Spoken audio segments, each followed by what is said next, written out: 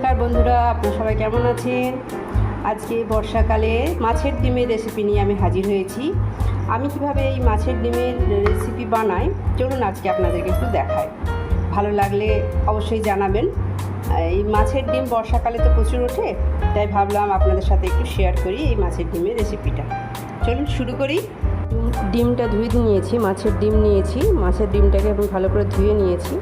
এবার এর মধ্যে আমি মশলাগুলো দেবো। প্রথমেই এর পরিমাণ মতো নুন দিলাম, জিরে গুঁড়ো দিলাম, এবার একটু হলুদ দেব,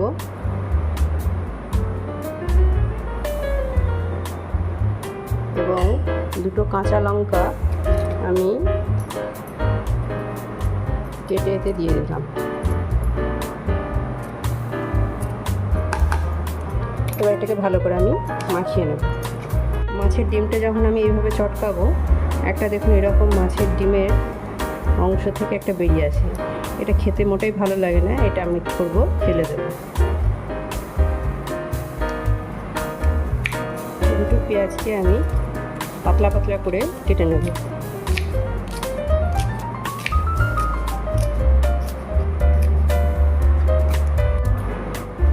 পটলগুলোকে ছিলে নিয়েছি, এবার আমি একটু পাতলা পাতলা করে কেটে নেব।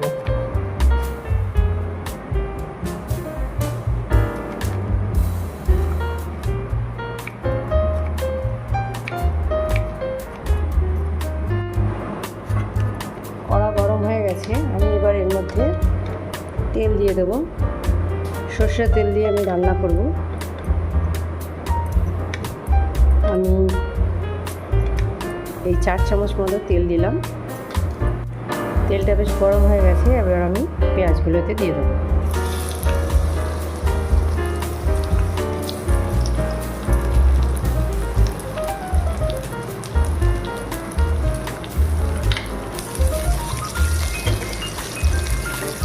পেঁয়াজটা একটু ভাজা ভাজা হয়ে গেলে এবার আমি যে পটলটা কুচিয়ে রেখেছি এটা এর মধ্যে দিয়ে দিলাম।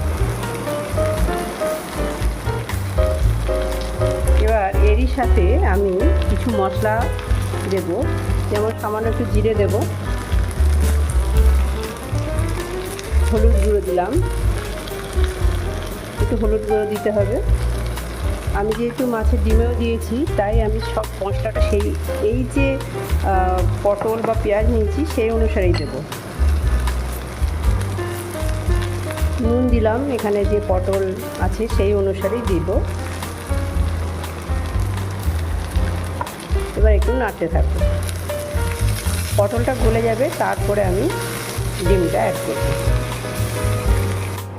একটু সামান্য জল দিয়ে আমি পটলটা ভালো করে সেদ্ধ করে নেব। দেখুন পটলটা বেশ গলে এসছে।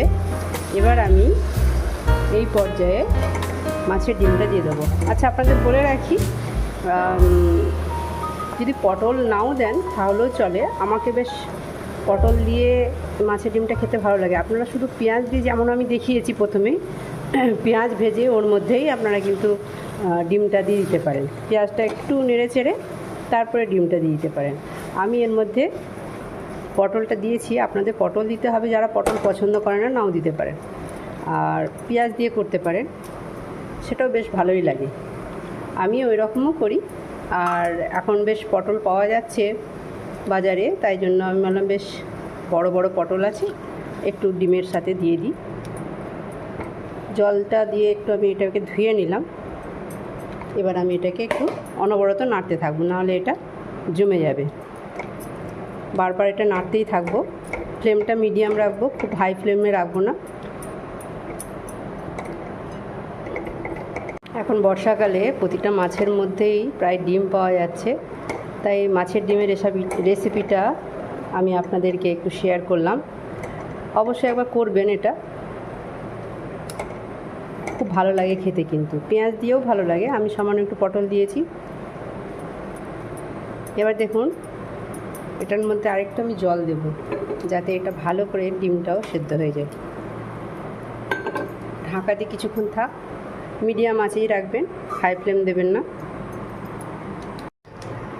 প্রায় 5-6 মিনিট পর আমি ফিরে এলাম। দেখুন এবার আশেপাশে থেকে একটু তেল ছাড়তে শুরু করেছে। আমি এবার কি করব, এটা হয়ে এসছে, এটা এবার নামিয়ে নেব। এরম করে ডিমের যে ভাজি, ডিম ভাজা আর কি, মাছের ডিমের এরকম করে একটা রেসিপি অবশ্যই আপনারা ট্রাই করবেন। কেমন লাগলো অবশ্যই জানাবেন। ভালো লাগলে একটা লাইক করবেন, শেয়ার করে দেবেন, আমার চ্যানেলটাকে সাবস্ক্রাইব করে দেবেন। সবাই খুব খুব ভালো থাকুন। ধন্যবাদ।